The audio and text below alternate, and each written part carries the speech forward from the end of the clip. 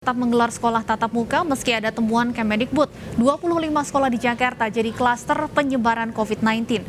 Temuan pemerintah pusat masih dikaji karena data Dinas Pendidikan DKI hanya menemukan kasus positif corona di 6 sekolah.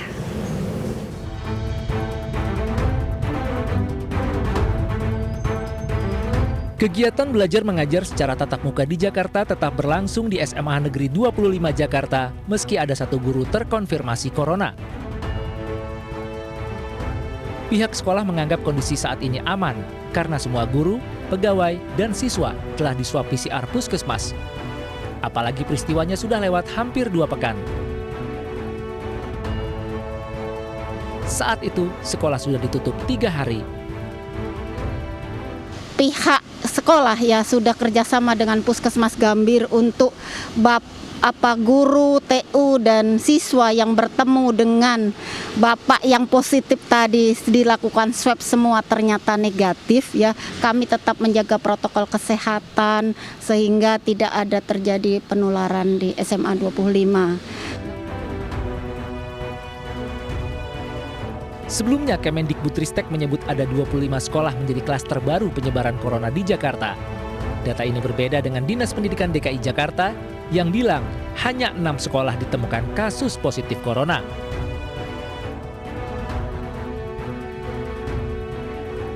Wakil Gubernur Jakarta masih mengkaji temuan pemerintah pusat.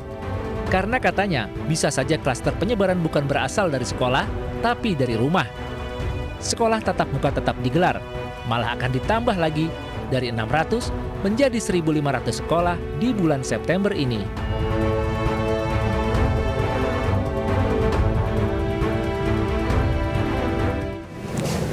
Klaster pembelajaran tatap muka terus menjadi sorotan banyak pihak. Bagaimana menyikapi kondisi ini?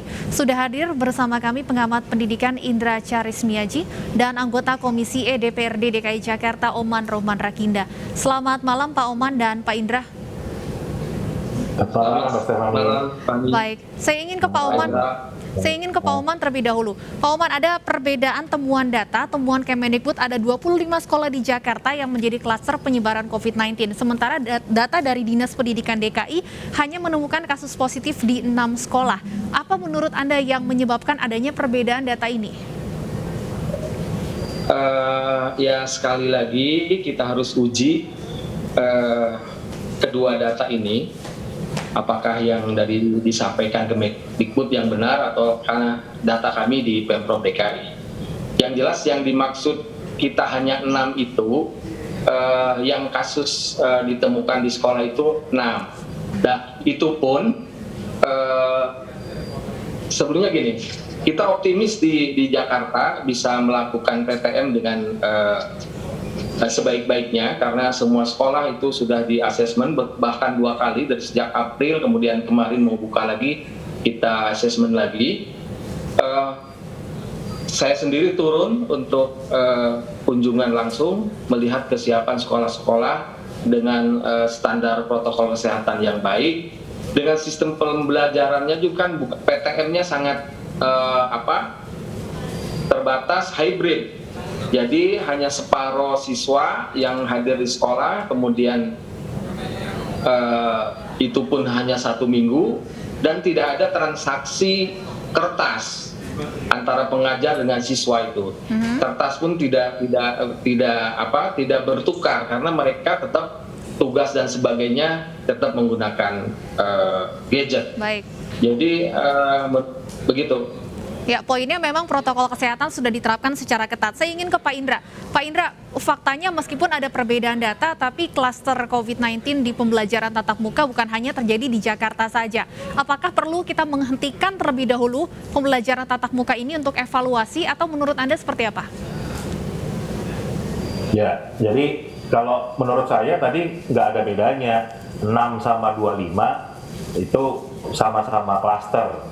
Dan yang sekali lagi saya harus mengingatkan kepada pemerintah, ini baik pemerintah pusat maupun pemerintah daerah, tugas pemerintah yang pertama dan utama itu adalah melindungi segenap bangsa dan seluruh tumpah darah Indonesia.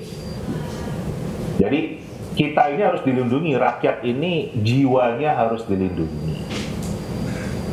Nah, kalau kita melihat sekarang dengan kondisi pandemi yang belum berakhir, dan kita harus akui sendiri penanganan COVID di Indonesia bukan yang terbaik kan begitu. Nah, apa sih urgensinya memaksakan untuk anak-anak harus membuat kerumunan di sekolah? Dan saya sudah mengingatkan berulang kali, kalau pembelajaran tatap muka terbatas itu tidak akan menyelesaikan problem learning loss. Yang ada justru akan menambah masalah baru.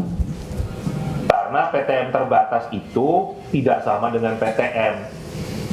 Karena tadi kan yang Pak Oman katakan hybrid maksimal hanya setengah, jumlah jamnya kurang kan begitu.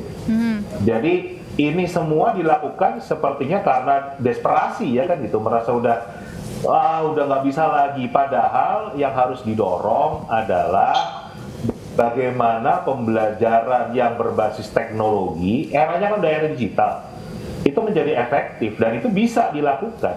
Memang tidak seperti membalikan tangan ya kan itu. Nah, kalau kita bandingkan sekarang dengan negara tetangga kita yang saya yakin penanganan COVID-nya jauh lebih baik dari kita, yaitu Singapura.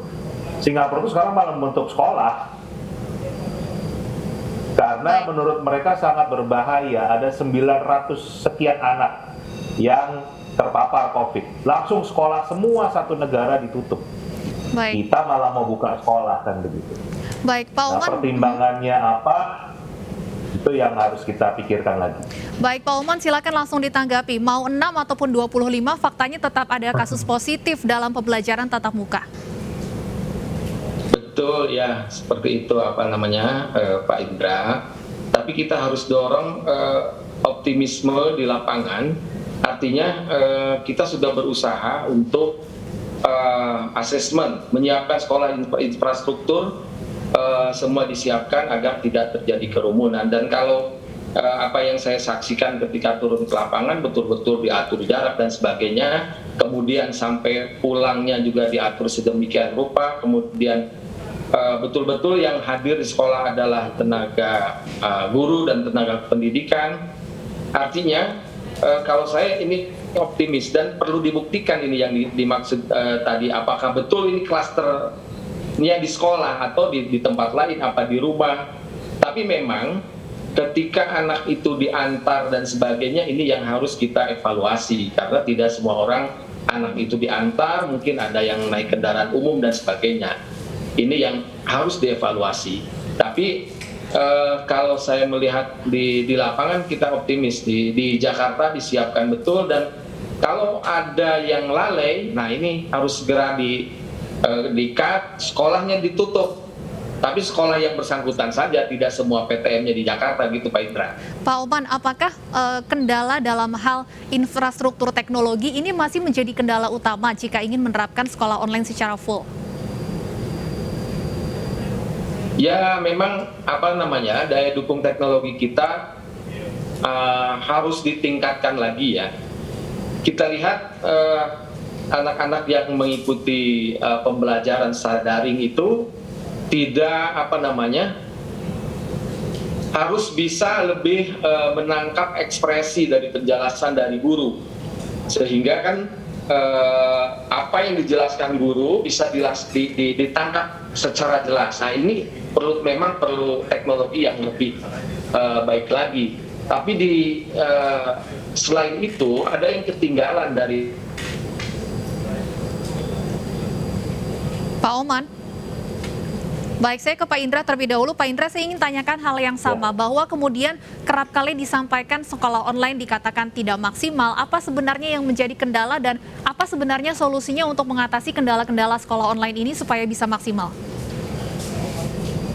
Jadi problem utamanya Mbak adalah, ini kalau saya memberikan analogi ya, seolah-olah kita menanak nasi pakai rice cooker, tapi rice cookernya kita taruh di atas kompor. Jadi udah pakai cara baru, alat baru, tetapi caranya masih cara lama. Itu rice cookernya yang ada, nasinya nggak matang, rice cookernya yang rusak kan, karena harusnya dicolok ke listrik, tapi malah ditaruh di atas kompor. Jadi ini problem yang dilakukan sekarang. Coba kalau kita bicara pembelajaran virtual, pembelajaran daring, yang muncul di benak kita adalah guru ceramah. Tadi kan Pak Omar tadi kan mengatakan guru menjelaskan, ya kan? Anak mendengarkan menggunakan gawai, gitu kan? Yang kita bayangkan. Itu nggak usah sekarang tahun 2021, Mbak. 40 tahun yang lalu saya belajar dengan cara itu. Saya milih pergi ke UKS, Mbak, pura-pura sakit karena bosan. Jadi seharusnya seperti apa, Pak Indra? Nah, sekarang itu bukan eranya lagi guru menjelaskan. Karena itu yang namanya synchronous learning. Kita harus menggabungkan antara synchronous learning dengan asynchronous learning. Asynchronous learning itu artinya pembelajaran nggak langsung. Kalau dunia media itu disebut dengan on demand. Belajarnya itu bisa kapan saja, di mana saja, ya kan? Anytime, anywhere, any device. Nah, itu guru-guru kita yang nggak tahu kan begitu. Konsep itu nggak pernah tahu. Dan memang pemerintah sendiri tidak ada upaya untuk mengupgrade kemampuan guru-guru kita untuk bisa mengajar dengan pedagogi digital. Jadi kalau kita bicara program pembangunan SDM unggul, ini kan menjadi sebuah paradoks kan begitu. Karena ini ada satu kajian yang menarik, Mbak. Tahun 2018, Center for Education Economics, sebuah lembaga kajian di Inggris, membuat kajian tentang pendidikan Indonesia. Kesimpulannya sangat mengagetkan. Mereka mengatakan anak Indonesia siap menghadapi abad 21 di abad 31. Jadi kita dianggap ketinggalan 10 abad, 1000 tahun. Dan begitu pandemi, terbukti kan? Nah, sekarang apakah kita malah mau balik lagi ke yang lebih jadul lagi? Atau justru kita berupaya beradaptasi bagaimana supaya sekarang kita menanak nasinya pakai rice cooker. Rasanya beda dengan nasi yang ditanak pakai kukusan. Baik, memang harus ada cara-cara baru juga artinya dalam memaksimalkan sekolah online. Tapi saya ingin kembali membahas klaster pembelajaran tatap muka. Pak Oman, di tengah ditemukannya kasus positif corona di sekolah, Pemprov DKI Jakarta justru akan menambah sekolah yang menerapkan pembelajaran tatap muka. Artinya ini saya asumsikan bahwa DPRD DKI Jakarta juga turut mendukung rencana ini. Apa pertimbangannya, Pak? Jadi gini, upaya-upaya asesmen sudah kita lakukan dan memang kita sudah menyepakati ketika ada kasus di sekolah yang lalai dan memang terbukti itu klaster di sekolah itu langsung ditutup. Tapi tidak semua program PTM-nya jadi tutup, sehingga asesmen pertama kan untuk 600 sekolah, kemudian yang lolos 587, sekarang akan dilakukan asesmen berikutnya dan bisa dibuka. Artinya kita memang betul Pak Indra, kita ketinggalan jadul betul ya pembelajaran daring kita, tapi kita juga lebih banyak ketinggalan lagi pendidikan karakter dan target-target pembelajarannya seperti itu. Nah, dan kemudian ini juga tergantung juga bagaimana kita menyikapi bagaimana kita menangani corona ini.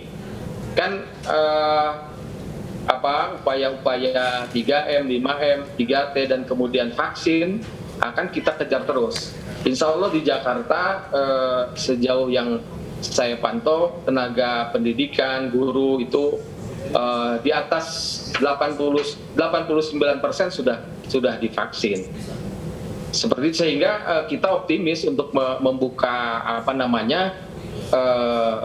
sekolah-sekolah berikutnya.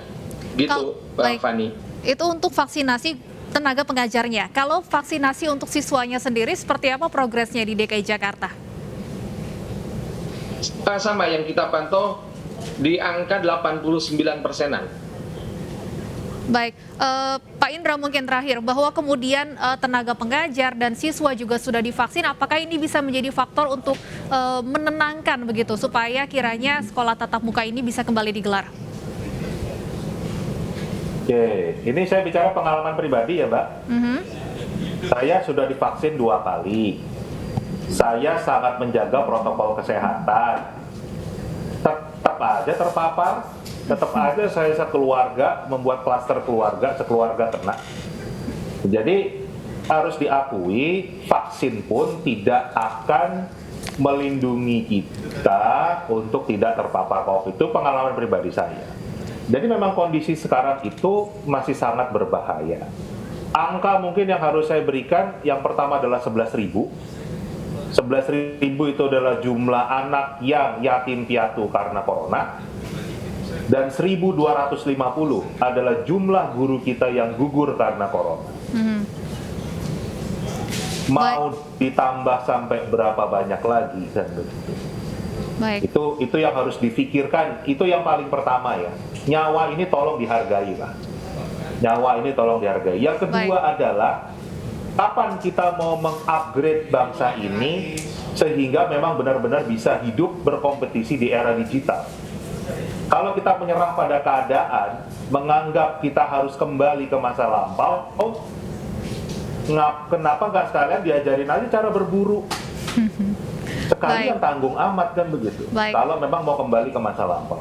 Itu pandangan saya. Baik, kita akan tunggu tentunya seperti apa langkah Pemprov DKI Jakarta untuk memastikan tidak ada penambahan lagi dalam klaster sekolah tatap muka.